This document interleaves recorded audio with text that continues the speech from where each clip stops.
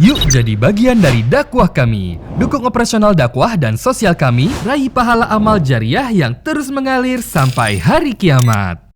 Assalamualaikum warahmatullahi wabarakatuh. Alhamdulillah, wassalatu wassalamu ala rasulillah.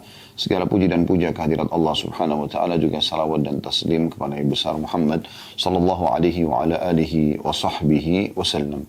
Semoga saja di hari Jumat yang mulia ini seluruh amal-amal saleh kita yang pernah kita kerjakan, yang sedang kita kerjakan dan juga yang akan kita kerjakan sampai menjelang ajal datang nanti diterima dengan pahala yang sempurna. Dan semoga seluruh kesalahan yang pernah kita lakukan dengan kemahamurahan Allah, Allah maafkan, bahkan Allah ganti menjadi pahala dengan kasih sayangnya. Dan semoga semua yang sedang menghadapi permasalahan urusan dunia, urusan akhirat dimudahkan dan diselesaikan oleh Allah subhanahu wa ta'ala dengan sebaik-baiknya. Dan semoga Allah menyatukan kita semua di surga Firdaus yang tanpa hisab. Semoga disatukan kita dalam majlis sebagaimana disatukan kita dalam majlis ilmu yang mulia ini. Baik teman-teman sekalian, di hari Jumat yang mulia ini seperti biasa kita akan membahas dan melanjutkan bedah buku kita Sahih At-Targhib Tarhib, dan kita masih di bab yaitu kitab Jumat dan di bab terakhir tentang masalah surah Al-Kahfi. Dan kita sudah sebutkan keutamaan tentang membaca surah Al-Kahfi baik di malam Jumat ataupun di hari Jumatnya. Dan juga sudah kita jelaskan makna hadis Nabi alaihi salatu wassalam tentang cahaya yang akan didapatkan oleh seseorang yang membaca surah Al-Kahfi di malam atau di hari Jumatnya, antara dia dengan Baitul Atiq atau Ka'bah. Dan juga sudah kita masuk ke 26 ayat pertama tadabbur dari surah Al-Kahfi, supaya kita mengambil hikmah dan pelajaran dari 110 ayat total semua dari surah Al-Kahfi, agar kita mengetahui kenapa Allah subhanahu wa ta'ala menyuruh kita untuk membaca ini setiap pekannya. Berarti ada sebuah pesan penting di situ, dan itu dianjurkan dibaca di hari yang mulia, yaitu hari Jumat. Kita akan lanjutkan teman-teman sekalian, silakan Anda buka surah Al-Kahfi, surah nomor 18, dan kita akan masuk di ayat 27 sekarang. Setelah panjang lebar Allah subhanahu wa ta'ala menjelaskan dari kisah Ashabul Kahfi, dan sudah kita paparkan panjang lebar tentang kisah mereka, beberapa orang anak muda yang bertakwa kepada Allah subhanahu wa ta'ala dan lari dari raja yang zalim, yang pada saat itu mengancam mereka kalau mereka tidak meninggalkan iman kepada Allah maka mereka akan dibunuh. Maka mereka menyelamatkan diri ke dalam gua. Makanya surah ini dinamakan surah Al-Kahfi, atau surah dalam gua, atau surah tentang kisah dalam gua. Dan itu kisah mereka sudah kita paparkan panjang lebar pada pertemuan yang kemarin. Dan kita membagi kemarin ada dua pelajarannya, ayat 1 sampai ayat 8, itu pelajaran tersendiri tentang beberapa ayat di situ atau hikmah-hikmah Allah subhanahu wa ta'ala. Dan dari ayat 9 sampai ayat 26 tentang kisah Ashabul Kahfi. Dan kita akan masuk insya Allah tadabbur, ya, atau merenungi makna-makna ayat Al-Quran dari ayat 27 sampai beberapa ayat ke depan, tergantung Allah subhanahu wa ta'ala mudahkan kita menyelesaikan sampai ayat keberapa. Namun ada kisah yang menarik nanti, kisah tentang dua orang yang Allah subhanahu wa ta'ala ceritakan, satu orang beriman dan satu orang kafir, bagaimana mereka dalam menanggapi nikmat Allah terhadap kebun yang diberikan kepada mereka. Baik, saya akan bacakan ayat 27-nya. Setelah menceritakan tentang kisah Ashabul Kahfi, Allah subhanahu wa ta'ala berfirman, A'udhu billahi minasyaitanir rajim, Watlu ma uhiya ilayka min kitabi rabbik, la mubaddila li kalimatihi wa lan tajina min dunihi multahada. Dan bacakanlah, hai Muhammad, apa yang diwahyukan kepadamu dari kitab, atau yaitu kitab Tuhanmu, Al-Quran. Tidak ada seorang pun yang dapat merubah kalimat-kalimatnya, N-nya besar kata ganti Allah, dan kamu tidak akan dapat menemukan tempat berlindung selain daripadanya. Jadi setelah Allah subhanahu wa ta'ala menjelaskan tentang kisah Ashabul Kahfi, ya, dan bagaimana Allah subhanahu wa ta'ala menunjukkan tanda-tanda kebesarannya, mereka tidur sampai 309 tahun, ya, tanpa wafat atau meninggal, ya. Dan mereka pun menjadi tanda-tanda kebesaran Allah subhanahu wa ta'ala di masa itu, dan akan terus menjadi tanda-tanda kebesaran Allah sampai menjelang hari kiamat, ya. Dan sudah kami jelaskan gua mereka yang paling dekat dengan Al-Quran ini adalah yang berada di kota Amman di Jordania, ya. Baik teman-teman sekalian, dan bagi yang berminat untuk melihat bisa Anda ikutin, ada cuplikan kami insya Allah pada saat mengunjungi lokasi ini dengan travel Uhud, ada di media Uhud insya Allah. Anda bisa lihat insya Allah. Baik, Allah SWT mengatakan setelah menjelaskan tentang kisah 9 orang Ashabul Kahfi dan menjadi tanda-tanda kebesaran Allah, Allah mengatakan, bacakanlah hai Muhammad. Sampaikan cerita ini. Dan sampaikan semua isi Al-Quran yang telah diwahyukan kepadamu. Dari potongan ayat ini kita ambil pelajaran kalau Al-Quran memang betul-betul diwahyukan kepada Nabi Muhammad SAW dan bukan karangan-karangan beliau. Karena sebagian orang-orang Yahudi di masa Nabi SAW mengatakan Muhammad mencomot-comot ayat, mengambil ayat dari Injil, dari Taurat dan Injil dan Zabur, kitab-kitab sunnah, dan kemudian menyatukannya sehingga menjadi sebuah kitab. Dan dia mengaku sebagai Nabi. Ini tuduhan yang palsu tentunya. Namun mereka melakukan itu. Dan Allah subhanahu wa ta'ala menjawab itu dengan satu keadaan yang Allah pastikan terhadap Nabi Muhammad SAW, yaitu beliau ummi. Beliau tidak bisa membaca dan menulis. Dan bagaimana bisa orang yang tidak bisa baca dan nulis, kemudian mencomot-comot ayat lalu menyusunnya dengan begitu rapi. Ya. Ada 114 surah, ada 6.000 sekian ayat. Ya.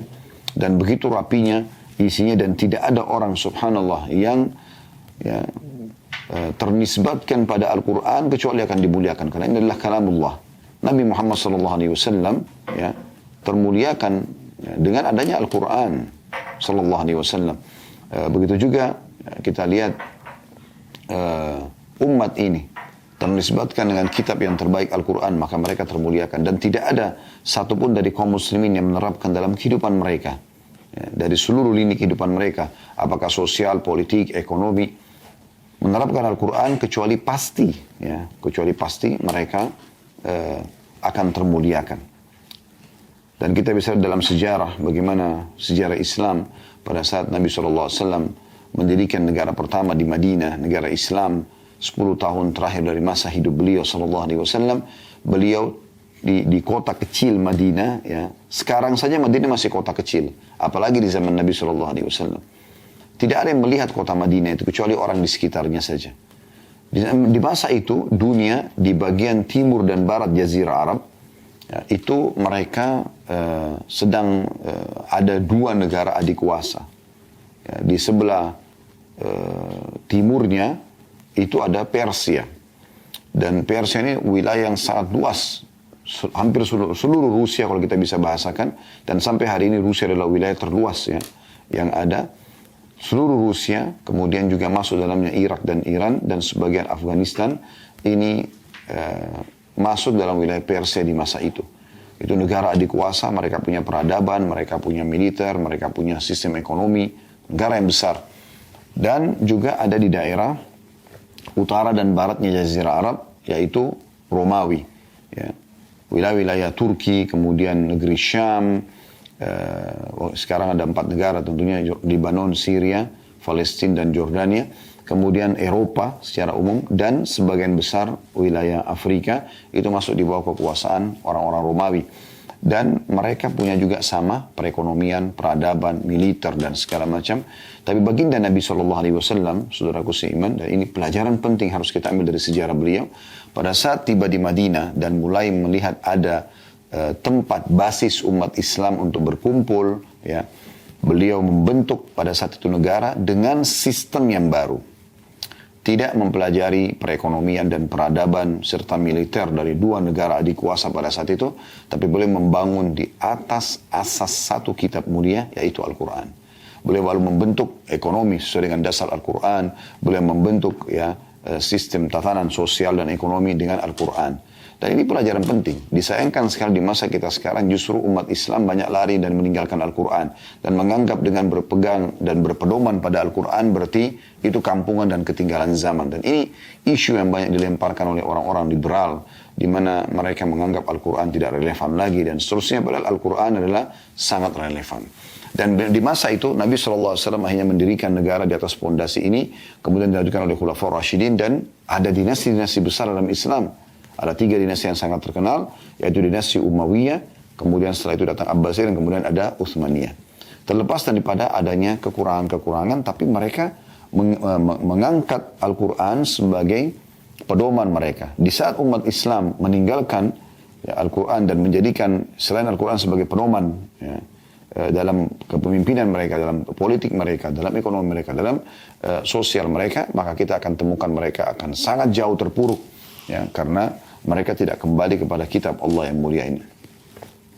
Dan Al-Quran punya banyak keutamaan dan kita sudah jelaskan dari 8 ayat awal ya di mutiara pertama yang kita ambil dari surah Al-Kahfi. 8 ayat pertama sudah disinggung juga tentang Al-Quran dan kami sudah jelaskan panjang lebar bagaimana Al-Quran ini sangat luar biasa gitu.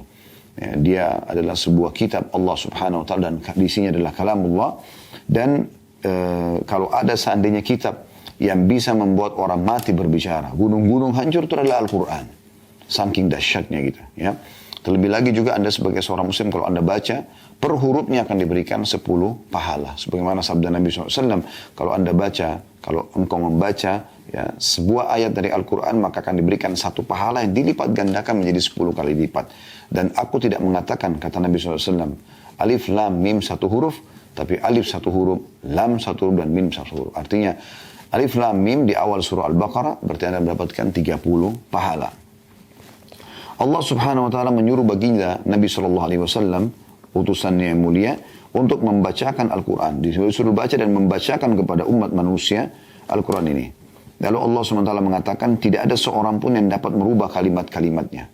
Ini memastikan kalau Al-Quran akan otentik dan tidak akan pernah berubah sampai hari kiamat. Ya, makanya dalam ayat yang lain Allah SWT juga mengatakan inna nahnu nazzalna dzikra wa inna lahu lahafizun. Sesungguhnya kami akan turunkan az-dzikra atau Al-Quran sebagai peringatan ya. Ya, nama lainnya Al-Quran adalah az-dzikr. Dan kami pasti akan selalu menjaganya. Ya.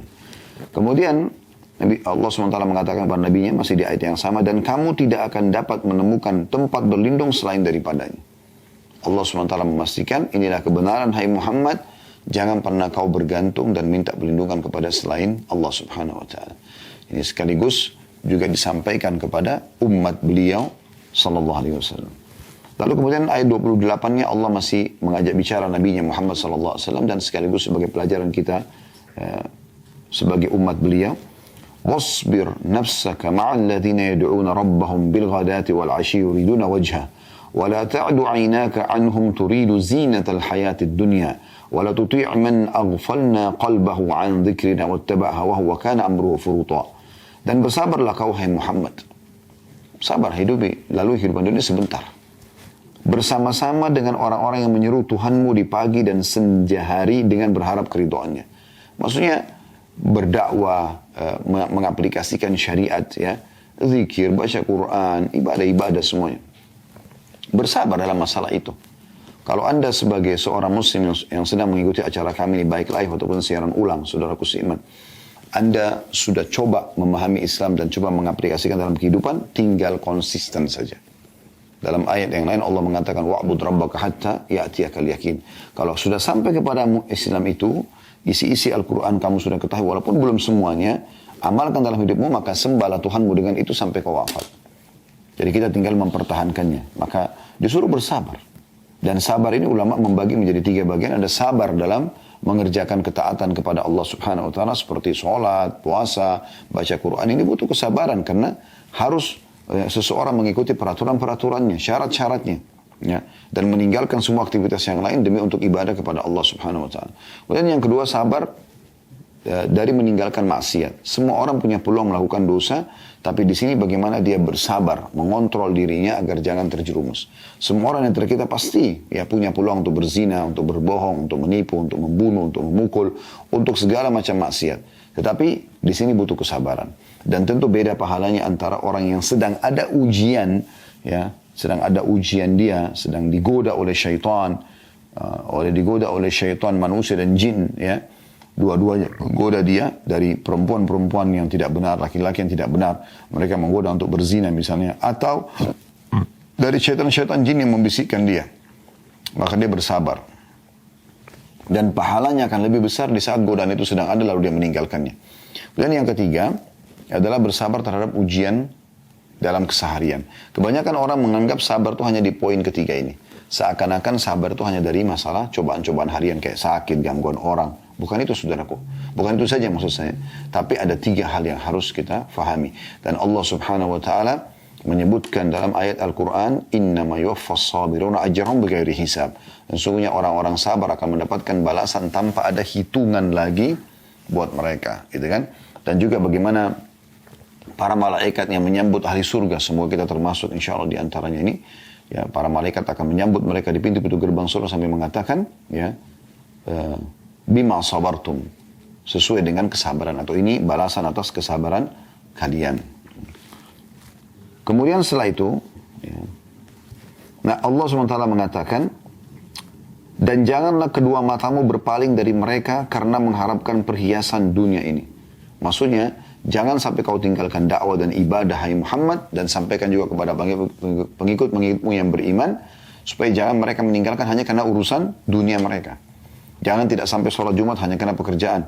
Jangan sampai tinggalkan sholat hanya karena meeting, hanya karena ya, duduk ngobrol sama teman-teman, hanya karena tidak enak sama orang di sekitar kita atau lingkungan. Tidak ada seperti ini. Bagi seorang mukmin, maka dia akan selalu mendahulukan urusan akhiratnya. Dan ini yang dimaksud dengan makna kalimat zuhud. Ya, artinya mendahulukan akhirat dari dunia. Seorang mukmin boleh bekerja, boleh mencari rezeki, boleh silaturahim keluarga, boleh duduk bersama teman-teman selama bukan kemaksiatan, tapi tidak membuat dia lalai dari ibadahnya. Ya. Kalau kapan azan, maka dia meninggalkan semua aktivitas yang lainnya. Jangan hanya karena ngobrol lalu Anda terbengkalai dari zikir pagi petang Anda, walaupun sunnah. Yang sudah kita titik beratkan juga di 8 ayat pertama, teman-teman sekalian. Jangan karena amalan itu sunnah, lalu Anda mengatakan, oh ini cuma sunnah. Akhi dan ukhti. Berapa kali kami ingatkan, sunnah itu juga adalah perintah Nabi SAW. Tentu yang awal perintah Allah Subhanahu Wa Taala, lalu dicontohkan oleh Nabi SAW. Dan sudah kami jelaskan hadis Nabi SAW, hadis Qudsi di mana Allah SWT berfirman, la yazalu abdun yataqarrabu ilaiya bin nawafil hatta uhibbu. Ya, seorang hamba terus mendekatkan diri kepadaku dengan amal-amal sunnah sampai aku mencintainya. Jadi ada fungsi daripada amal sunnah itu. Maka kata Allah Subhanahu Wa Taala, hai Muhammad, jangan sampai kau berpaling dari ketaatan kepada Tuhanmu dan sampaikan juga kepada orang-orang beriman yang bersamamu hanya karena ya mengharapkan perhiasan dunia. Lalu masih di ayat yang sama Allah mengatakan, dan jangan pula kamu mengikuti orang-orang yang hatinya telah kami lalaikan dari mengingati kami. Ya, jadi subhanallah, kalau Allah Subhanahu Wa Taala memudahkan lisan Anda berzikir, fikiran Anda tertuju kepada mengingat Allah Subhanahu Wa Taala, ya, memikirkan dari program ibadah ke ibadah yang lainnya, hati Anda selalu terpaut ya, dan mencintai Allah Subhanahu Wa Taala di atas segalanya, maka berarti Allah inginkan kebaikan buat Anda. Ali bin Abi Thalib mengatakan radhiyallahu anhu, kalau Allah mengilhamkan istighfar dari lisan seorang hamba, berarti Allah tidak akan ingin menyiksanya. Ya, makanya kita minta teman-teman sekalian agar Allah Subhanahu Wa Taala tidak lalaikan hati kita. Bagaimana Nabi SAW wasiatkan kepada Mu'adz bin Jabal radhiyallahu anhu pada saat bersama di satu tunggangan, tepatnya keledai, ya, Allah mudahkan Nabi Muhammad SAW bersama Mu'adz satu tunggangan. Kemudian kata Nabi SAW, wahai Mu'adz, wallahi inni la uhibbuk. Wahai Mu'adz, demi Allah aku mencintaimu. Ya. Maka Nabi SAW wasiatkan agar jangan meninggalkan dubura kulli salah, Allahumma inni ala dzikrika wa syukrika wa husni ibadatik.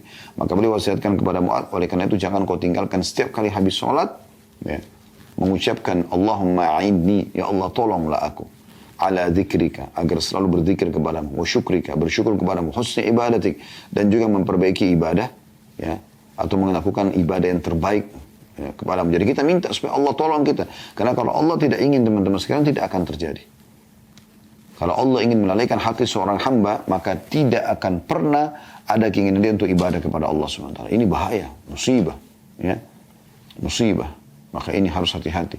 Kalau Allah Subhanahu Wa Taala mudahkan kita untuk selalu ingin beribadah kepadanya, sibuk dengan majlis ilmu, sibuk dengan amal soleh ke amal soleh yang lainnya, terus begitu, berarti Allah inginkan kebaikan untuk kita. Ya, bukankah Nabi SAW mengatakan, "Man yuridillahu bihi khairan yufaqihu fid din." Siapa yang Allah inginkan kebaikan baginya, Allah akan buat dia faham terhadap agama. Berarti Allah kalau ingin, Allah akan berikan. Bukankah Nabi Muhammad SAW dari satu sisi atau sisi yang lain sering mengucapkan, ya muqallibal qulub tsabbit qalbi ala dinik, wahai yang membolak-balikan hati manusia, kokohkan hatiku di atas agamamu. Karena seringnya Nabi SAW ulangi, maka Ummul Mukminin Aisyah radhiyallahu anha berkata, ya Rasulullah, seringnya saya mendengar Anda membaca doa ini, dan siapa Anda? Maksudnya, ini seorang Nabi kok seperti orang yang bimbang, jangan sampai hatinya masih bisa beralih. Maka kata Nabi SAW sebagai bentuk tawaduk beliau SAW, dan juga hati-hatian agar umatnya belajar gitu. Ya, kata beliau, hai Aisyah, sesungguhnya hati manusia itu berada di antara jari jemari sang pencipta Allah. Allah membolak-balikkan ya sesuai dengan yang dia kehendaki. Maka aku tidak pernah tahu kapan Allah balikkan hatiku dan tiba-tiba menjadi kufur. Mungkin bisa saja terjadi. Maka seseorang bersyukur kepada Allah Subhanahu wa taala andai saja Allah mudahkan dia selalu berfikir dari ibadah ke ibadah. Justru dia harus berhati-hati di saat dia hanya berfikir ya dari dosa ke dosa yang lainnya. Sehingga dia lalai. Ya, sehingga dia lalai. Yang paling pertama hilang dari seseorang yang berbuat kemaksiatan, teman-teman, adalah kenikmatan ibadah. Kalau dia terus berbuat, misalnya sudah tidak khusyuk lagi, tidak mau lagi mengerjakan tepat waktu, jumlah-jumlah mungkin angka yang biasa dia kerjakan dari zikir juga sudah berkurang, dan seterusnya bertahap. Setelah itu baru kemudian dia masuk ke tahap yang lalai. Ya, tapi Allah SWT masih berikan dia kesempatan sebenarnya. Tapi kalau terus lalai, maka lama-lama dia akan tidak peduli lagi dengan ibadah, bahkan sebagian orang membencinya. Ya. Qarun sudah kita jelaskan ya, di beberapa pertemuan pengajian yang lain tentunya, tentang masalah bagaimana Qarun itu adalah orang yang saleh awalnya. Kemudian dia miskin ya, dalam kondisi miskin. Lalu lewat Nabi Musa, dia minta kepada Nabi Musa AS untuk mendoakan agar Allah berikan dia rezeki. Lalu Allah bukakan dia rezeki. Setelah dia mendapatkan rezeki, subhanallah, dia justru lalai. Tidak mau ibadah lagi. Sampai pernah Nabi Musa AS mengutus utusan untuk menagih zakat dari dia tidak mau bayar. Dan tidak cukup sampai di situ. Kelalaian terus saja Allah berikan karena Allah tahu hatinya orang ini rusak. Gitu. Allah biarkan dia akhirnya berteman dengan Fir'aun. Dan bahkan dia berkoalisi sama Fir'aun untuk membunuh Nabi Musa AS. Akhirnya Allah tenggelamkan dia dengan seluruh hartanya. Makanya dikenal dengan harta karun. Kalau ada ya, harta yang tersimpan, tertimbun gitu ya. Maka di sini Allah SWT mengatakan, janganlah kamu hai Muhammad dan juga pengikutmu yang beriman mengikuti orang-orang yang hatinya telah kami lalaikan dari mengingati kami, serta menuruti hawa nafsunya, dan adalah keadaannya itu melampaui batas atau melewati batas. Jadi sekali lagi kita mohon kepada Allah Subhanahu Wa Taala agar Allah membuat seluruh waktu kita ini hanya sibuk dari ibadah ke ibadah yang lainnya. Dan juga dengan orang yang menyibukkan diri dengan ibadah ini, secara otomatis dia juga akan jauh dari kemaksiatan Allah Subhanahu wa taala. Ayat 29-nya Allah mengatakan, "Wa qulil haqqu min rabbikum faman syaa'a falyu'min wa man syaa'a falyakfur. Inna a'tadna lidh-dhalimina naran ahata bihim suradikuha wa in yastaghithu yughathu bima'in kalmuhli yashwil wujuh bi'sa asy-syarabu wa sa'at murtafaqa." Dan katakan hai Muhammad, kebenaran itu datangnya dari Tuhanmu. Enggak ada kebenaran yang lain. Yang benar di mata seorang muslim, yang benar dipandang oleh Allah Subhanahu wa taala dan Rasulnya Muhammad sallallahu alaihi wasallam. Yang batil dipandang oleh Allah dan Rasulnya, maka batil di mata orang-orang beriman. Walaupun seluruh dunia menganggap yang batil itu benar. Tetap pada saat Allah haramkan khamr, maka akan haram di mata orang beriman sampai hari kiamat. Dan semua orang beriman akan standar. Walaupun dia hidup di wilayah-wilayah non-muslim yang menghalalkan minuman tersebut. Karena sudah 18 tahun halal misalnya. Tetap perzinahan dan pergaulan bebas kita katakan haram. Sebagaimana Allah katakan haram walaupun satu dunia membenci kita. Tetap kita mengatakan riba itu haram walaupun seluruh dunia membenci kita. Tetap kita mengatakan manipulasi data, durhaka dengan orang tua, dan segala macam permasalahan juga itu adalah haram kalau Allah haramkan. Dan kita akan tinggalkan dan kita mengingatkan manusia. Dimulai dari orang-orang muslim, kemudian orang-orang non-muslim juga kita ingatkan. Agar Allah Subhanahu wa ta'ala ya, melepaskan kita dari hisab hari kiamat. Karena kita sudah menyampaikan mana hak dan mana yang batil. Kemudian setelah mengatakan dan katakanlah hai Muhammad kebenaran. Katakan hai Muhammad, katakanlah kebenaran itu datangnya dari Tuhanmu. Maka barang siapa yang ingin beriman, hendaklah ia beriman. Tinggal ikuti Al-Quran, tinggal ikuti tuntunan Muhammad, maka dia akan selamat. Dan barang siapa yang ingin kafir, maka biarkan dia kafir. Maksudnya adalah Allah tidak memaksakan untuk menjadi beriman, dan Allah juga, ya, dan Allah sudah berikan motivasi untuk menjadi orang beriman. Serta Allah ya, tidak melarang orang kalau mau kafir, bebas dia mau bermaksiat misalnya, tapi Allah berikan untuk sebutkan ancaman-ancamannya.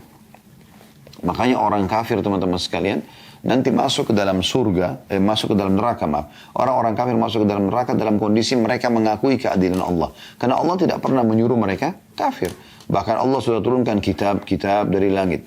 Ya, Allah utus para rasul hanya untuk menyampaikan kepada mereka mana yang tidak boleh, mana yang haram dan mana yang halal, mana yang tidak boleh ya mereka lakukan dan mana yang boleh mereka lakukan. Kemudian Allah mengatakan, sesungguhnya kami telah sediakan bagi orang-orang zalim itu yang tidak mau mengikuti Al-Quran, tidak mau beriman kepada Allah, neraka yang gejolaknya mengepung mereka. Artinya, seluruh panas, seluruh wilayah yang dia masuk di neraka itu seluruhnya panas. Nggak ada satupun sisi yang dia bisa selamat darinya. Dan jika mereka meminta minum, orang neraka Allah akan berikan mereka rasa haus. Niscaya mereka akan diberi minum dengan air seperti besi yang mendidih, yang menghanguskan muka mereka. Itulah minuman yang paling buruk dan tempat istirahat yang paling jelek. Ya, ini tentu butuh bahasan yang panjang tentang masalah neraka. Sudah kami bedah dan teman-teman bisa lihat di playlist YouTube. Insya Allah bedah buku Rasulullah SAW cerita tentang surga dan neraka. Dan ada 30 sekian pasal tentang masalah neraka, minuman mereka, makanan mereka, keadaan mereka, tangisan mereka, teriakan mereka, jenis-jenis siksa yang ada di sana, ya, dan seterusnya. Itu semua ada. Makanya Allah mengatakan mereka, ya, di tempat yang paling buruk. Neraka itu tempat paling buruk karena tidak ada kematian dan tidak ada waktu istirahat. Tidak ada masa tahanan bagi orang-orang kafir, abadi khalidina fiha, dalam siksa tersebut. Ini penyesalan yang luar biasa, gitu, ya. Maka Allah mengatakan, kalau di sana nanti mereka kufur, mereka akan masuk neraka, dan kalau mereka haus, dan memang Allah akan berikan rasa haus. Kami sudah jelaskan di bahasan tentang neraka, mereka akan diberikan rasa haus, tapi pada saat mereka haus, minuman mereka, ya, dari nanah dan darah mereka, atau ya dari ini besi yang, air yang seperti besi yang mendidih, ya, yang menghancurkan, menghanguskan muka mereka, ya, atau memang dari minuman-minuman yang lain, yang semuanya menyiksa. Ada beberapa jenis minuman yang sudah kami paparkan pada saat itu. Subhanallah, kali ini tidak terlintas, tapi ada minuman air panas, ada minuman dari nanah atau dikenal dengan tinatul khabal. Kemudian juga ada minuman-minuman yang lain, ya, yang kemungkinan itu sudah kami paparkan pada saat itu, ya. Subhanallah, saya tidak terlintas lagi sekarang, tapi ada 3-4 jenis minuman yang memang disiapkan di sana. Intinya semua itu siksaan. Nah, bagi orang-orang kafir. Di sini Allah sudah ingatkan, siapa yang mau beriman silakan, siapa yang mau kafir silakan. Tapi Allah mulai, orang-orang yang kafir kami siapkan neraka. Ya.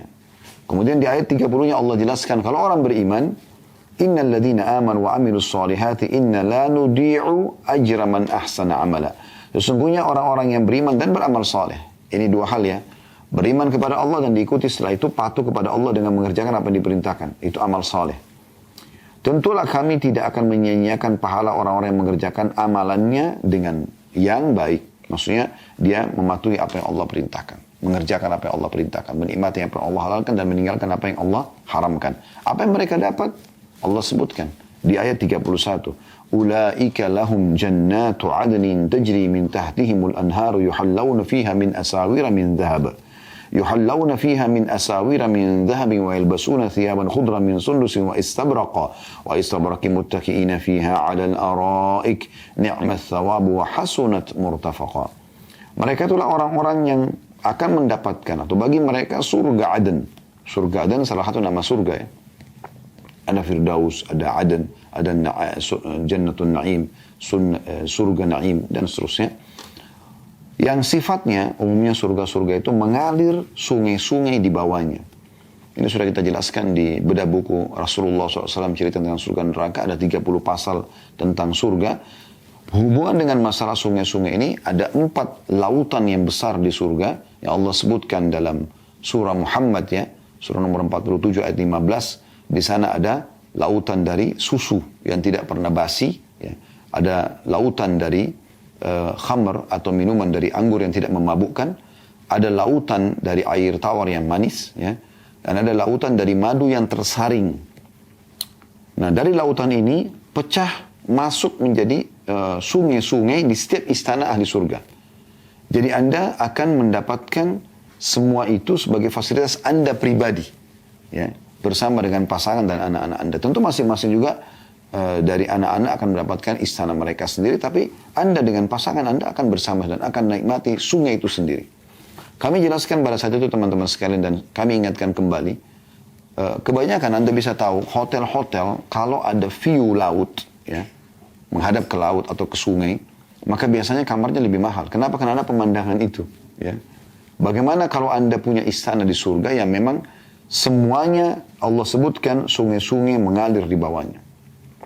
Dan di situ juga sudah kami jelaskan bagaimana beberapa riwayat yang dihasankan oleh para ulama, air-air nanti, ya, yang kalau seseorang muslim atau mukmin di surga mau minum, mereka air-air itu kata Ibnu Abbas radhiyallahu anhu tidak mengalir di atas tanah ataupun batu, tapi dia seperti mengambang, gitu kan?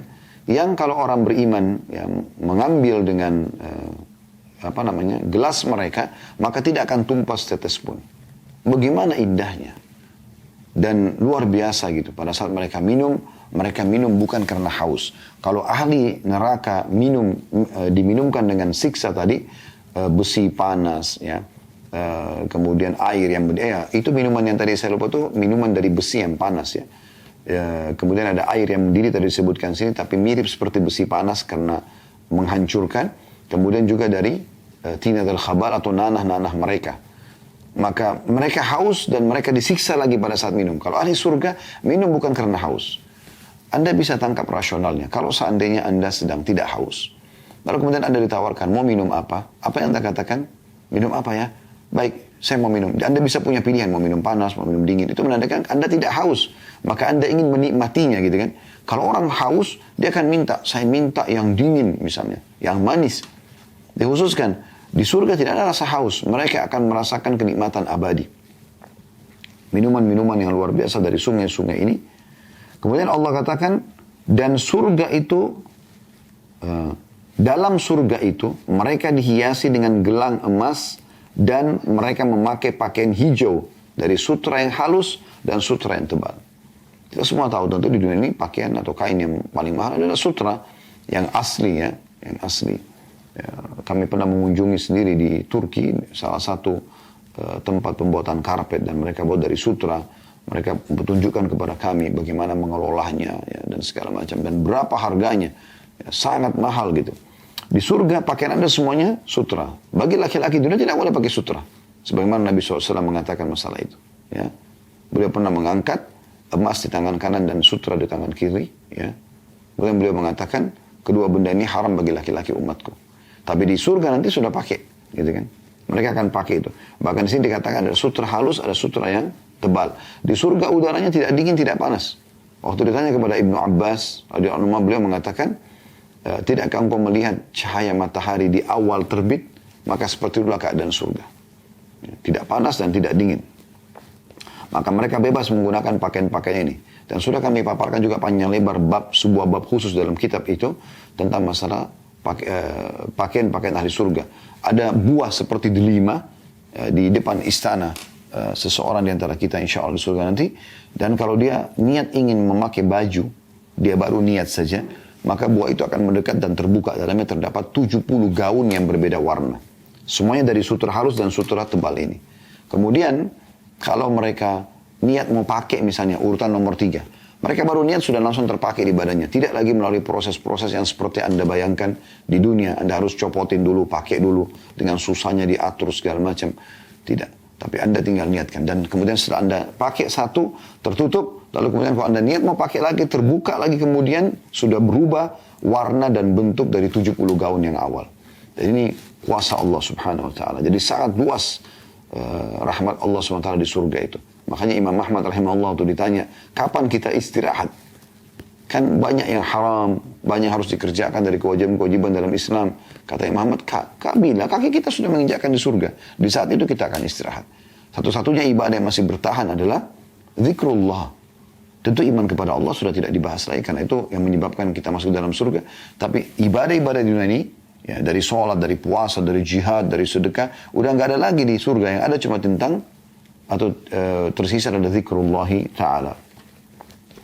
Lalu selain itu, Allah SWT mengatakan mereka akan menggunakan gelang-gelang dari emas. Mereka juga akan mendapatkan istana yang dibawahnya mengalir sungai-sungai. Dan mereka akan diberikan pakaian dari sutra halus dan sutra tebal. Ya, kemudian dikatakan juga, sedang mereka duduk sambil bersandar di atas dipan-dipan yang indah. Ya, dipan-dipan yang indah. Gitu. Jadi ada permadani, ada dipan-dipan. Mereka bertelekan di situ, duduk sambil menikmati suasana istana surganya. Sampai kata Nabi SAW, dan ini juga sudah kita bahas di buku itu ya. Makanya kami sarankan tentang surga dan neraka, Anda kembali ke playlist YouTube, lihat bahasan masalah itu. Jadi kata Nabi SAW, sampai seseorang ahli surga, bila duduk di satu titik saja pandangan dia, ya, di salah satu arah mata dia di surga itu, dia tidak akan memindahkan pandangannya sampai 70 tahun, karena indahnya. Dan memang akan kekal di sana, tidak lagi batas umur tentunya sebagaimana Allah sering ucapkan tentang surga, khalidina fiha, kekal selamanya di sana. Jadi seperti itu mereka bertelekan di dipan-dipan mereka 70 tahun di satu arah. Karena indahnya, baru mereka pindah ke pandangan yang lain, seperti itu. Kata Allah, itulah pahala yang sebaik-baiknya dan tempat istirahat yang indah. Penciptanya sendiri memuji tentang surga itu. Bermula dari ayat 32, kita lanjutkan. وَضْرِبْ لَهُمْ مَثَلَ الرَّجُلَيْنِ جَعَلْنَا لِأَحَدِهِمَا جَنَّتَيْنِ مِنْ أَعْنَابٍ وَحَفَفْنَاهُمَا بِنَخْلٍ وَجَعَلْنَا بَيْنَهُمَا زَرْعًا. Dan beritakanlah hai Muhammad, makanya juga kita pelajari, dan setiap Jumat kita disuruh baca. Beritakan kepada mereka, orang-orang beriman dan juga orang yang belum beriman, sampaikan kepada mereka sebuah perumpamaan dua orang laki-laki. Satu beriman, satu kafir. Kami jadikan bagi seseorang di antara keduanya, maksudnya yang kafir, dua buah kebun anggur yang kami kelilingi kedua kebun itu dengan pohon-pohon kurma, dan di antara dua kebun itu kami buatkan ladang. Jadi yang orang kafir, Allah Subhanahu wa Ta'ala berikan dua kebun kiri kanan, yang dua kebun itu sangat rindang. Ya. Di dalamnya kebun itu ada anggur, dan di sekelilingnya pohon-pohon kurma. Serta di tengah-tengahnya kami buatkan ladang. Allah SWT yang mudahkan semua itu. Kalau Allah sebutkan tentang kebunnya orang kafir ini, di ayat 33-nya, kiltal jannataini atat ukulaha walam tadlim minhu syai'a wa fajjarna khilalahuma nahara. Dan kedua kebun itu betul-betul menghasilkan buah yang maksimal, dan kebun itu tiada kurang buahnya sedikit pun. Setiap tangkainya mengeluarkan buah dan semuanya sama kualitasnya bagus. Dan kami alirkan sungai di celah-celah kedua kebun itu. Bahkan Allah buat lagi ada air mengalir, sehingga makin membuat perkebunan tersebut makin subur gitu. Ayat 34-nya, wa kana lahu thamarun faqala li sahibihi wa huwa yuhawiru ana aktsaru minka mala wa azzu nafara. Dan dia mempunyai kekayaan yang besar, orang kafir ini. Maka dia berkata kepada kawannya yang beriman. Nah, ini orang yang kedua. Ketika bercakap-cakap dengannya, hartaku lebih banyak daripada hartamu dan pengikut-pengikutku lebih kuat. Jadi dia menganggap remeh orang beriman ini, gitu kan? Kemudian ayat 35-nya Allah gambarkan tentang kondisi orang kafir ini. Wa dakhala jannatahu wa huwa zalimun li nafsihi qala ma adhunnu an tabida hadhihi abada. Dan dia si kafir ini memasuki kebunnya sedang dia dalam keadaan zalim terhadap dirinya sendiri. Kenapa zalim? Karena dia kufur. Apa kezalimannya? Perhatikan. Ia berkata, aku kira kebun ini tidak akan binasa selama-lamanya. Jadi kebun ini pasti akan abadi begini terus. Karena dia lihat hasil panennya bagus segala macam. Kemudian di ayat 36 dia mengatakan, وَمَا أَظُنُّ السَّاعَةَ قَائِمَةً وَلَا إِرُدِدْتُ إِلَى رَبِّي لَأَجِدَنَّ خَيْرًا مِنْهَا مُنْقَلَبًا. Ini bukti bahwasanya dia kafir. Dia mengatakan, dan aku tidak mengira hari kiamat itu akan datang. Gak ada balasan itu semua. Ya, karena temannya yang tetangganya yang orang beriman itu mengingatkan dia. Nanti kan kita jelaskan di ayat setelahnya ya, bagaimana orang beriman itu menasihati dia gitu. Dia mengatakan tidak mungkin kiamat itu terjadi. Dan jika sekiranya aku kembalikan ya, kepada Tuhanku, pasti aku akan mendapatkan tempat kembali lebih baik daripada kebun-kebun itu. Lalu temannya yang beriman, ya, tetangganya mengatakan, qala lahu sahibuhu wa huwa yuhawirhu akafarta billadhi khalaqaka min turabin thumma min nutfatin thumma sawwaka rajula. Kawannya yang beriman berkata kepadanya, sedang dia bercakap-cakap dengan orang kafir tadi. apakah kamu kafir? Ini bukti bahwasanya memang dia orang kafir ya. Apakah kamu kafir kepada Tuhan yang menciptakan kamu dari tanah, kemudian dari setetes air mani? Lalu D-nya besar kata ganti Allah, dia menjadikan kamu seorang laki-laki yang sempurna. Jadi orang beriman ini mengingatkan kepada dia, jangan kau tidak beriman pada Allah, jangan sampai kau tidak beriman tentang hari kiamat, jangan kau sombong dengan hasil semua ini, karena tidak ada urusanmu dengan semua buah yang melimpah ini, kebun yang subur ini, gitu kan, pohon-pohon kurma yang subur ini, air yang mengalir, ladang yang ada di tengah-tengah, nggak ada campur tangan kamu di situ, itu Allah yang memudahkan buat kamu. Kamu hanya sekedar ya diberikan sebagai amanah. Dan kenapa kau kafir? Kenapa kau tidak mengatakan, ya ini Allah yang ciptakan, saya cuma diamanahkan. Ya. Kenapa kau tidak mengatakan, oh ya hari kiamat nanti akan terjadi? Kenapa kau kufur kepada semua itu? Apakah kau kafir kepada Allah yang telah menciptakan kamu dari tanah, kemudian setetes mani, kemudian menjadikan kau laki-laki seperti ini? Dari mana kau asalnya ini? Dan ini sejalan dengan surah Al-Insan, ya, tentang manusia yang Allah gambarkan bagaimana penciptaan manusia itu dari setetes sperma, kemudian seterusnya ya, menjadi gumpalan darah, kemudian menjadi tengkorak dan otot-otot manusia, kemudian ditiupkan ruh ya. Kemudian ayat 38-nya orang beriman ini mengatakan, lakinnahu wallahu rabbi wala usyriku bi rabbi ahada. Tapi aku percaya, kata orang beriman itu, dialah Allah Tuhanku, dan aku tidak akan mempersekutukan seorang pun dengan Tuhanku. Dia sudah nasihati temannya yang kafir, lalu dia mengatakan, kalau aku sendiri, aku beriman kepada Tuhanku. Ya. Dan aku tidak akan menyekutukan sesuatu pun dengan Allah. Kemudian ayat 39-nya, walaula idh dakhalta jannataka qulta ma sya'allahu la quwata illa billah in tarani ana aqalla minka malan wa walada. Lalu orang beriman ini masih nasihatin temannya yang kafir tadi, dan mengapa kamu tidak mengatakan waktu kamu masuki kebunmu, ma sya'allahu la quwata illa billah. Sungguh atas kehendak Allah lah semua ini terwujud, tidak ada kekuatan kecuali dengan pertolongan Allah. Sekiranya kamu anggap aku lebih sedikit darimu dalam harta dan keturunan. Ya. Artinya walaupun kau anggap kau lebih punya harta dari aku, ya, sebagaimana tadi dia katakan kepada temannya yang beriman ini, aku lebih banyak harta, aku lebih banyak punya pengikut-pengikut gitu kan. Tapi kau bilang paling tidak masuk ke kebunmu, bilang Masya Allah la hawla wa la quwata illa billah. Tapi tentu orang kafir ini tidak mau. Nanti kita akan lihat efeknya ya. Kita akan lihat efek daripada perbuatannya. Cuma dari ayat 39 ini ada sebuah pelajaran penting bagi orang-orang beriman. Mengucapkan Masya Allah la quwata illa billah sangat dianjurkan setiap kali kita kagum. Karena kita mengembalikan kepada kehendak Allah subhanahu wa ta'ala. Kalau Masya Allah, sungguh ya atas kehendak Allah lah semua ini terwujud. Itu makna daripada Masya Allah. La quwata illa billah, tidak ada dan kekuatan kecuali dan pertolongan kecuali dari Allah. Jadi Anda misalnya punya paras wajah yang tampan atau cantik, Anda punya kulit yang bersih, Anda punya badan yang sehat, Anda punya jabatan, harta, segala macam hal, itu semua ucapkan Masya Allah la hawla wa la quwata illa billah. Karena memang kita nggak punya apa-apa, Allah yang memudahkan kita memiliki itu. Kalau dia orang beriman dan banyak bersyukur sebagai tanda ya balasan atas syukur dia. Kalau dia orang kufur pun Allah berikan kepada dia sebagai ujian. Ya, sebagai ujian. Kalau dia beriman, alhamdulillah. Kalau tidak, maka Allah akan jadikan dia binasa. Sebagaimana Fir'aun meninggalkan banyak harta-hartanya. Sebagaimana Qarun Allah tenggelamkan. Dan ini penting sekali mengucapkan Masya Allah la hawla wa la quwata illa billah. Sebagaimana juga dalam hadis atau banyak hadis Nabi SAW tentang masalah penyakit ain atau penyakit mata panas ya. Yang kata Nabi SAW, sesungguhnya mata panas atau ain dari hati yang suka hasad itu benar-benar ada, matanya panas. Artinya kalau dia lihat sesuatu dia bisa merusaknya gitu. Ya. Maka Nabi SAW juga mengatakan dalam hadis yang lain, mayoritas umatku meninggal justru karena ain. Dalam riwayat lain, kata Nabi SAW, hati-hati dengan ain karena dia bisa membuat unta masuk di kuali dan manusia masuk ke kuburan. Nah, untuk terselamatkan dari ain hasadnya orang lain, kita dianjurkan mengucapkan ini kalau ada yang memuji. Masya Allah la hawla wa la quwata illa billah.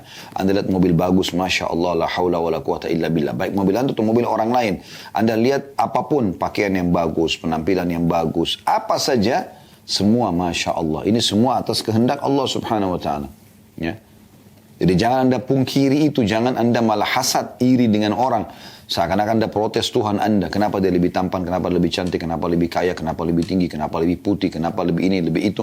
Ini semua adalah memprotes keputusan Sang Pencipta Allah. Dan Allah lebih tahu kenapa Allah berikan si fulan begitu dan tidak memberikan kepada yang lainnya. Maka ini ucapan yang sangat penting, ya. Dan pelajaran juga yang bisa kita ambil di sini adalah sering mengucapkan kalimat ini. Ini penting sekali, ya. Kemudian ayat 40-nya Allah mengatakan, setelah orang beriman tadi, kalau kau mengatakan bahwasanya kau kufur kepada Allah dan kau tidak mengatakan Masya Allah, la hawla wa la quwata illa billah, lalu kau menghina aku dan mengatakan bahwasanya, atau dengan sombong mengatakan hartaku lebih banyak, pengikutku lebih banyak, maka dia berdoa orang beriman ini di ayat 40-nya, fa'asa rabbi ayyutiyani khairan min jannatika wa yursil alaihi husbana minas samai fatusbiha sa'idan zalaqa.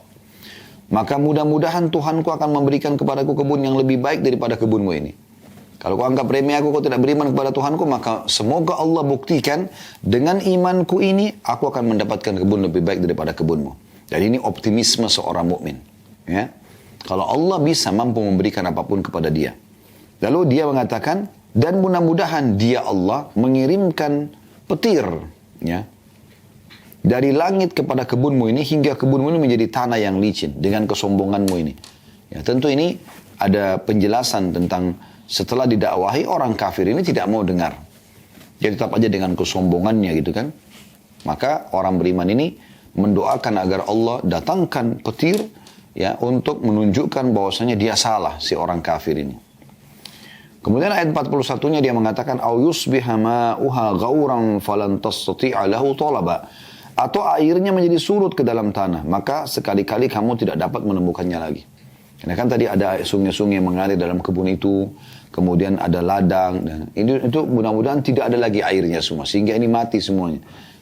Sebenarnya di sini bukan karena orang beriman ini hasad kepada si kafir, tapi setelah mendakwahi dan menyampaikan, memang dia menolak itu. Dia dengan sombongnya dia menganggap remeh orang lain. Maka orang beriman ini pengen supaya Allah membuktikan kepada dia kalau orang ini salah. Dan memang betul nanti di ayat-ayat selanjutnya Anda akan lihat bagaimana setelah Allah turunkan ujian baru si kafir ini menyesal.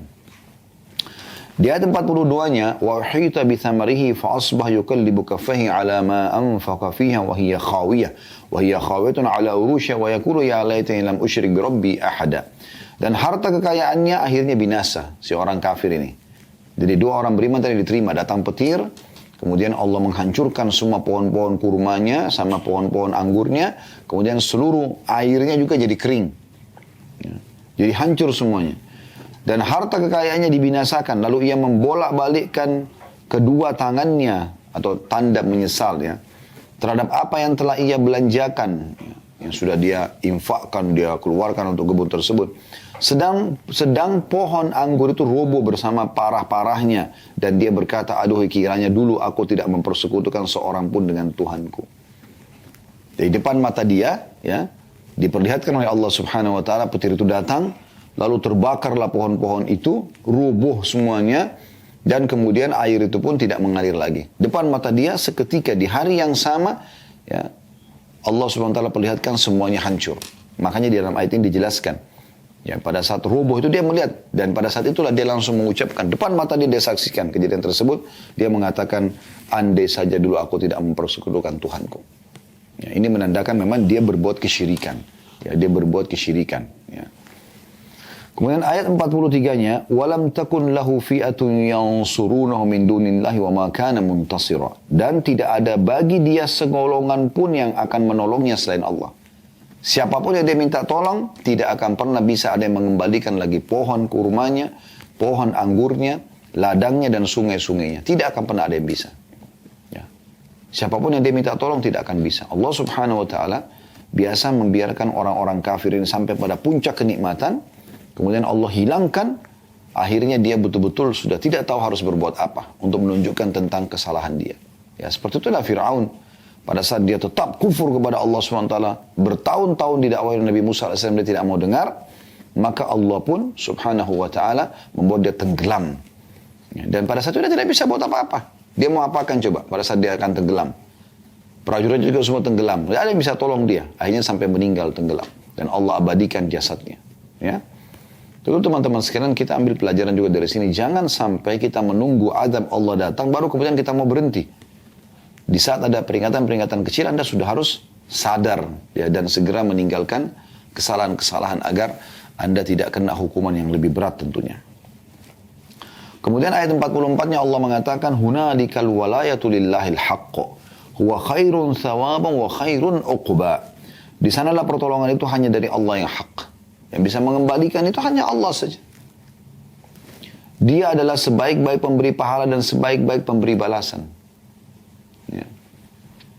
Lalu ayat 45-nya Allah menggambarkan tentang kehidupan dunia yang sebentar kita akan lalui. Jangan sampai membuat kita sombong ya. Kalau Allah sedang memberikan kita kelebihan-kelebihan, tapi kita gunakan justru untuk bersyukur dan beribadah kepada Allah. Ya. Apakah itu paras wajah, kulit, fisik lah secara umum, ataupun di luar itu misalnya harta, pendidikan, segala macam, kita gunakan untuk tetap patuh kepada Allah subhanahu wa ta'ala dan bersyukur kepadanya. Allah mengatakan di ayat 45-nya, وَضْرِبْ لَهُمْ مَثَلَ الْحَيَاةِ الدُّنْيَا كَمَاءٍ أَنزَلْنَاهُ مِنَ السَّمَاءِ فَاخْتَلَطَ بِهِ نَبَاتُ الْأَرْضِ فَأَصْبَحَ هَشِيمًا تَذْرُهُ الرِّيَاحُ وَكَانَ اللَّهُ عَلَى كُلِّ شَيْءٍ مُقْتَدِرًا. Dan berilah perumpamaan hai Muhammad kepada mereka atau para manusia. Kehidupan dunia ini sebagai air hujan yang kami turunkan dari langit. Maka menjadi subur karenanya tumbuh-tumbuhan di muka bumi. Kemudian tumbuh-tumbuhan itu menjadi kering yang diterbangkan oleh angin. Dan adalah Allah Maha Kuasa atas segala sesuatu. Artinya dunia ini ibaratnya pada saat orang lagi baru remaja, ya masih kecil lah. Mulai kecil dia gembira, dia segala macam. Dia lalui masa-masa itu. Dan remaja, ya, seakan-akan dia tidak akan meninggal, tidak akan tua. Seperti air hujan turun. Lalu tumbuh-tumbuhan itu tumbuh. Kemudian setelah itu apa? Akan kering. Berapa lama musim semi itu akan ada? Musim berbuah akan ada? Akan berakhir kan? Nah seperti itu. Ada saja nanti dia akan kering, meninggal, mati. Beruntunglah orang di saat dia lagi bersemi itu dia gunakan ya untuk ketaatan kepada Allah SWT. Dan sangat rugilah orang yang justru menggunakan untuk kemaksiatan kepada Allah Subhanahu wa ta'ala. Lalu Allah gambarkan di ayat 46-nya, Al-malu wal banuna zinatul hayatid dunya wal baqiyatus salihatu khairun 'inda rabbika thawaban wa khairun amala. Harta dan anak-anak yang biasa orang berbangga-bangga dengannya, mengejar selalu prestasi terbaik di situ, menjadi orang paling kaya, paling banyak keturunannya, adalah perhiasan kehidupan dunia. Ya, semua itu hanya masa hidup. Setelah kita meninggal, kita akan meninggalkan mereka, walaupun nanti anak-anak kita akan temui di sana. Kalau mereka juga sama tiketnya, beriman dan beramal saleh. Harta juga kalau Anda banyak sedekahkan, maka Anda akan mendapatkan juga balasannya di sana. Tapi secara umum di dunia itu akan ditinggalkan. Lalu Allah mengatakan, tetapi amalan-amalan yang kekal lagi saleh, amalan-amalan yang baik, sholat, puasa dan segala macam, adalah lebih baik pahalanya di sisi Tuhanmu. Serta lebih baik untuk menjadi harapan. Sibuklah dengan itu semua. Kalaupun kau punya harta, gunakan untuk ketaatan kepada Allah. Kalau punya anak, ajak mereka untuk beribadah kepada Allah SWT. Ayat 47-nya. وَيَوْمَ نُسَيِّرُ الْجِبَارَ وَتَرَى الْأَرْضَ بَارِزَةً وَحَشَرْنَاهُمْ فَلَمْ نُغَادِرْ مِنْهُمْ أَحَدًا. Dan ingatlah, maksudnya pelajarilah. Akan hari yang ketika itu kami perjalankan gunung-gunung dan kamu akan dapat melihat bumi ini datar, atau bumi itu datar. Ini hari kiamat maksudnya. Dan kami kumpulkan seluruh manusia di mahsyar, dibangkitkan. Dan tidak kami tinggalkan seorang pun dari mereka. Semua akan dibangkitkan dan akan diminta pertanggungjawabannya. Ayat 48-nya. وَعُرِدُوا عَلَى رَبِّكَ صَفًّا لَقَدْ جِئْتُمُونَ كَمَا خَلَقْنَاكُمْ أَوَّلَ مَرَّةٍ بَلْ زَعَمْتُمْ أَلَّنْ نَجْعَلَ لَكُمْ مَوْعِدًا. Dan mereka akan dibawa ke hadapan Tuhanmu dengan berbaris. Sesungguhnya kamu datang kepada kami sebagaimana kami menciptakan kamu pada kali pertama. Bahkan kamu mengatakan bahwa kami sekali-kali tidak akan menetapkan waktu untuk kamu memenuhi perjanjian. Jadi artinya pada saat itu di mahsyar nanti, mereka akan melihat, kita akan lihat semua dengan mata kepala kita. Dan demi Allah teman-teman, ini semua benar akan terjadi. Ya. Ini adalah rukun iman kita yang kelima, iman kepada hari kiamat. Mulai dari ya, kematian, kemudian terus berlanjut sampai ke prosesi alam barzah, hisab di mahsyar hari kiamat. Sampai akhirnya kita dibangkitkan, dihisab, kemudian kita menuju ke surga ataupun ke neraka. Ya. Dan pada saat itu Allah SWT mengatakan, mereka akan dibawa ke hadapan Tuhan mereka dengan berbaris-baris. Ikutin masing-masing Nabi dan Rasul yang diutus kepada mereka. Sesungguhnya kamu datang kepada kami sebagaimana kami ciptakan kamu pertama kali. Ya, sebagian ulama tafsir mengatakan ini maksudnya adalah dibangkitkan dalam kondisi, dijelaskan dalam hadis Nabi SAW, tanpa alas kaki, tanpa pakaian, dan juga tanpa terkhitan. Ya, dalam hadis Bukhari Muslim sampai Ummu Salamah dalam riwayatnya Ummul Mukminin Aisyah radhiyallahu anhunna mengatakan, ya Rasulullah, betapa malunya. Kata Nabi SAW, bukan seperti itu yang kau bayangkan pada waktu itu. Semua orang akan sibuk dengan dirinya masing-masing. Dan Allah gambarkan juga itu dalam ayat yang lain. Yauma yafirul mar'u min akhi. Pada hari itu orang akan lari dari saudaranya. Wa ummihi wa abi. Dari ibu dan ayahnya. Wa sahibatihi wa bani. Dari pasangan hidup dan anak-anaknya. Likullim imri'in minhum yawma idzin sya'nu yughni. Pada hari itu orang akan sibuk menyelamatkan dirinya sendiri. Ya. Jadi itu keadaannya luar biasa dahsyatnya gitu. Ya. Allah SWT gambarkan. Dan pada saat itu Allah gambarkan juga ayat 49-nya. Wa udhiyal kitabu fataral mujrimina mushfikina mimma fi wa yaquluna ya wailatana ma li hadzal kitabi la yughadiru saghiratan wala kabiratan illa ahsaha wa wajadu ma amilu hadira wa la yadhlimu rabbuka ahada. Dan diletakkanlah kitab, lalu kamu akan melihat, maksudnya kitab ya, amal seseorang. Lalu kamu akan melihat orang-orang yang bersalah ketakutan terhadap apa yang tertulis di dalamnya. Dia takut karena pada saat lahir, tangisan pertama, kedipan mata pertama, tarikan nafas pertama, semua sampai kita meninggal dunia, sekian juta kali gerakan itu, semuanya atau aktivitas itu semuanya akan tercatat. Sampai-sampai mereka mengatakan, aduhai celaka kami. Kitab apa ini yang tidak meninggalkan yang kecil dan tidak pula yang besar. Melainkan ia mencatat semuanya. Kedipan mata pertama, yang kedua, yang ketiga, tarikan nafas pertama, yang kedua, yang ketiga, yang ke 1 juta kali, yang kedua juta kali sampai wafat. Ya. Semua kecil dan besar dicatat, melainkan ia mencatat semuanya. Dan mereka dapati apa yang telah mereka kerjakan ada tertulis semuanya. Dan Tuhanmu tidak menganiaya seorang jua pun. Bahkan luar biasa yang kata Bilal radhiyallahu anhu, termasuk dosa-dosa akan tercatat di buku amal tersebut, walaupun seseorang hamba bertobat. Dan nanti dia tidak akan dihukum lagi pada hari kiamat. Tapi asal dia tahu. Oh ternyata dulu itu semua dicatat. Di umur 17 tahun dia pernah berzina. Umur 19 tahun dia taubat. Maka tercatat semua. Dia akan lihat semuanya. Nah orang-orang kafir ini. Mereka akan menyesal luar biasa. Karena pada saat itu memang. Mereka tidak bisa buat apa-apa lagi. Ya. Mereka tidak bisa buat apa. Tidak bisa menyelamatkan diri dan seterusnya. Ya. Di ayat 50-nya. Allah SWT kembali mengingatkan kita tentang masalah. Bagaimana Allah awal menciptakan manusia. Supaya kita kembali kepada ini. Wa idh qulna lil malaikati isjudu li Adam fasajadu illa iblisa kana minal jinni fafasaka an amri rabbi. Afatattakhiduna wa dhurriyyatahu awliya min duni wa hum lakum adu bisa lidh-dhalimin badala. Dan ingatlah, atau pelajarilah, ya. Ketika kami berfirman kepada para malaikat, sujudlah kamu kepada Adam. Awal ayat kita diciptakan Adam. Lalu Allah gambarkan panjang lebar dalam surah Al-Baqarah, juga dalam surah Al-Kahfi dan beberapa surah yang lain. Lalu kami perintahkan semua malaikat untuk sujud kepada Adam. Dan semua sujud pada saat itu, kecuali iblis. Dia adalah golongan jin. Ini menandakan kalau iblis dari golongan jin. Dan di alam jin ini pernah kami jelaskan, mirip dengan kita manusia. Ada yang beriman, manusia beriman, dikatakan orang beriman. Jin beriman. Ada orang yang fasik, maksudnya beriman tapi banyak dosanya. Ahli maksiat, ya. Kemudian di alam jin juga ada, ya. Jin-jin yang fasik. Ada manusia yang kafir, ada juga jin yang kafir. Nah, golongan jin ini yang fasik dan yang kafir dikenal dengan syaitan. Dipimpin oleh iblis. Jadi di alam jin itu ada dakwah, ada ya, jihad, ada segala macam di alam mereka. Ya, tapi dengan cara mereka dan kita tidak perlu mencampuri dan ikut di sana. Karena jin dan manusia dua-duanya diciptakan untuk beribadah kepada Allah. Sebagaimana Allah jelaskan dalam surah Az-Zariyat. Ya. Di sini Allah sebutkan, dan yang menolak adalah iblis. Ya. Dia adalah dari golongan jin, maka dia mendurhakai perintah Tuhannya. Lalu Allah mengatakan, yang membuat orang-orang masuk neraka, tidak beriman kepada Allah adalah iblis. Lalu Allah mengatakan, patutkah kamu mengambil dia dan turunan-turunannya sebagai pemimpin selain daripadaku? Di sini menandakan iblis punya keturunan. Ya, dia juga punya pasangan, dia keturunan seperti manusia. Jin juga begitu, berkembang biak. Maka iblis punya keturunan. Tapi memang dia, dalam surah Al-Baqarah dijelaskan dan beberapa surah yang lain, pada saat dia dimurkai oleh Allah SWT karena tidak mau sujud kepada Adam, maka Allah melaknat dia sampai hari kiamat. Dan dia minta supaya dipanjangkan umurnya sampai hari kiamat. Ya. Lalu dikatakan, Allah mengatakan, apakah kau mengambil iblis, mengikuti bisikan-bisikannya dan keturunannya, ya, selainku, selain mengikuti perintahku, sedang mereka adalah musuhmu. Amat buruklah iblis itu sebagai pengganti dari Allah bagi orang-orang yang zalim.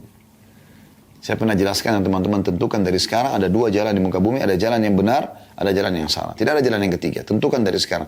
Jalan benar jalannya Allah Subhanahu wa taala. Ujung-ujungnya adalah surga. Juru bicara Allah para nabi-nabi dan rasul. Penyambung lidah nabi dan rasul adalah para ulama dan dai. Anda menuju ke jalan ulama dan dai, Anda akan dipandu ke jalan Allah dan Anda akan masuk ke dalam surga. Kalau jalan yang kedua jalan sesat, jalannya iblis. Tidak ada jalan yang ketiga. Iblis ini, ya, semoga Allah melaknatnya, dia ya punya juru bicara. Ujung-ujungnya neraka tentu kalau Anda ikut dia. Akan masuk neraka bersama dia. Ini Allah sebutkan di sini. Dia adalah musuh. Jangan dijadikan sebagai tempat bergantung. Jangan dengarkan bisikannya. Jangan melanggar perintah-perintahku. Karena dia akan perintahkan kalian seperti itu.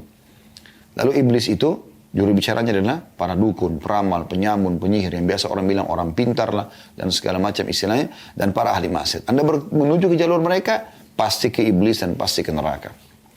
Lalu Allah ingatkan di ayat 51-nya, ma asyadtuhum khalqas samawati wal ardi wala khalqa anfusihim ma kuntum muttakhidhal mudillina adula. Aku tidak menghadirkan mereka, maksudnya iblis dan anak cucunya, untuk menyaksikan penciptaan langit dan bumi. Di sini Allah bantah dengan sangat telak bahwasanya tidak ada manfaatnya kalian dengarkan iblis dan pengikutnya. Mereka sendiri tidak pernah hadir, tidak pernah tahu penciptaan langit dan bumi. Dari mana mereka bisa tahu yang gaib? Karena ini dijual kepada manusia. Faham yang gaib, tahu yang gaib. Kata Allah, aku sendiri sebagai pencipta tidak menghadirkan mereka, maksudnya iblis dan cucu-cucunya, untuk menyaksikan penciptaan langit dan bumi, dan tidak pula penciptaan diri mereka sendiri. Dan tidaklah aku mengambil orang-orang yang menyesatkan itu sebagai penolong. Ya. Jadi jelas sekali bagaimana Allah melarang kita mengikuti iblis yang menyimpangkan kita dari iman kepada Allah Subhanahu wa taala. Di ayat 52-nya masih bersambung masalah ini. Wa yawma yaqulu nadu syurakaiya alladhina za'amtum fad'uhum falam yastajibu lahum wa ja'alna bainahum mabiqa. Dan ingatlah atau pelajarilah akan hari kiamat nanti di mana Allah berfirman, serulah olehmu sekalian sekutu-sekutuku yang kamu katakan itu. Semua orang minta-minta kepada jimat, batu, pohon, gua, syaitan, jin ini, ya, iblis dan pengikutnya. Allah mengatakan pada hari kiamat nanti, ya, coba seru sekutu-sekutuku itu, ya, yang kamu katakan. Mereka lalu memanggilnya, tapi sekutu-sekutu tidak membalas seruan mereka, dan kami adakan untuk mereka tempat kebinasaan atau neraka. Ini sudah kita bacakan surah Ibrahim, ya, pada kalau tidak salah di mutiara pertama yang kita pelajari dari 8 ayat pertama surah Al-Kahfi. Dalam surah Ibrahim bagaimana iblis, ya, akan berkhutbah, naudzubillah, berbicara di neraka nanti.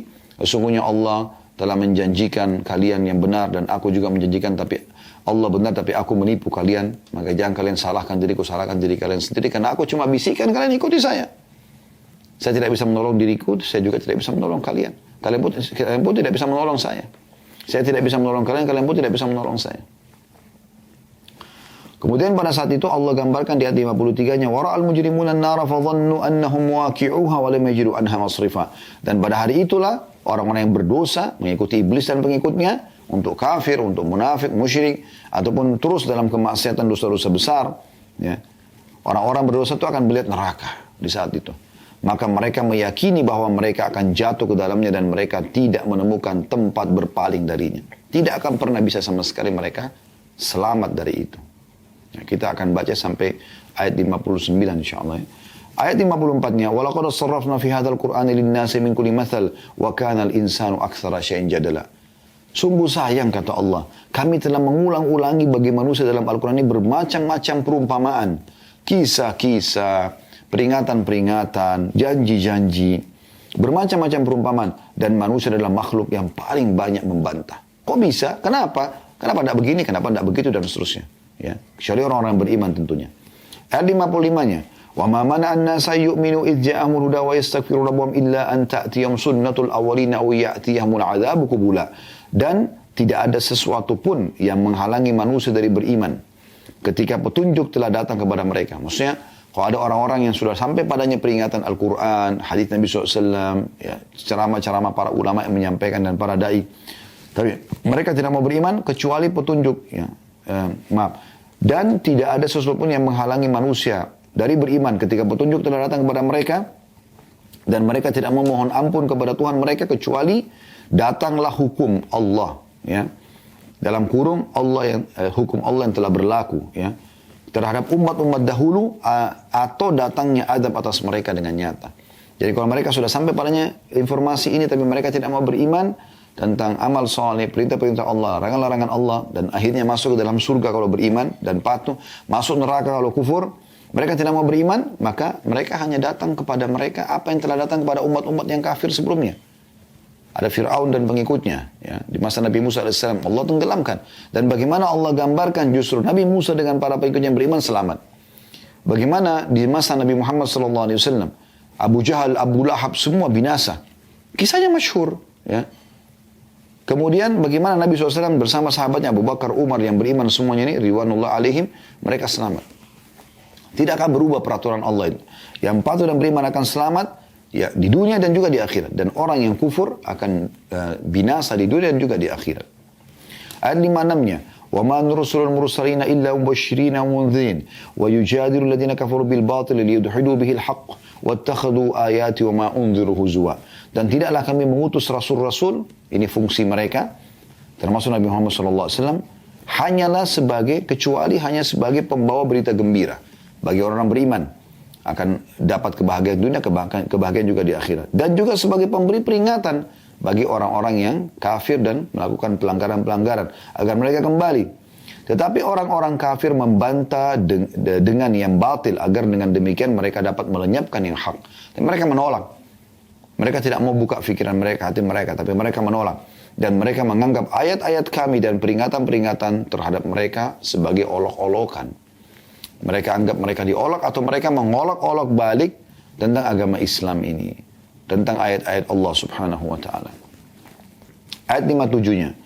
وَمَنْ أَظْلَمْ مِمَّنْ ذُكِّرَ بِآيَاتِ رَبِّهِ فَعَرَضَ عَنْهَا وَنَسِيَ مَا قَدَّمَتْ يَدَاهُ إِنَّا جَعَلْنَا عَلَى قُلُوبِهِمْ أَكِنَّةً أَنْ يَفْقَهُوا وَفِي آذَانِ وَقْرًا وَإِنْ تَدْعُهُمْ إِلَى الْهُدَى فَلَنْ يَهْتَدُوا إِذًا أَبَدًا. Dan siapa yang lebih zalim, kata Allah. Allah mencap orang yang zalim di sini, ya. Siapa yang lebih zalim daripada orang yang telah diperingatkan dengan ayat-ayat Tuhannya? Qala Allah, qala Rasul, jangan lakukan karena Allah larang, Rasulullah SAW larang. Kerjakan ini karena Allah dan Rasulnya merintahkan. Tapi mereka tidak engahkan itu. Siapa yang lebih zalim daripada orang yang telah diperingatkan dengan ayat-ayat Tuhannya, lalu dia berpaling daripadanya dan melupakan apa yang telah dikerjakan oleh kedua tangannya. Dosa-dosa yang telah dilakukan. Sesungguhnya kami telah meletakkan tutupan di atas hati mereka. Karena Allah sudah tahu mereka itu tetap niatnya memang mau kufur kepada Allah, maka Allah tutup hati-hati mereka. Seperti tadi kita jelaskan, Allah lalaikan mereka. Sehingga mereka tidak memahaminya, dan kami letakkan pula sumbatan di telinga mereka.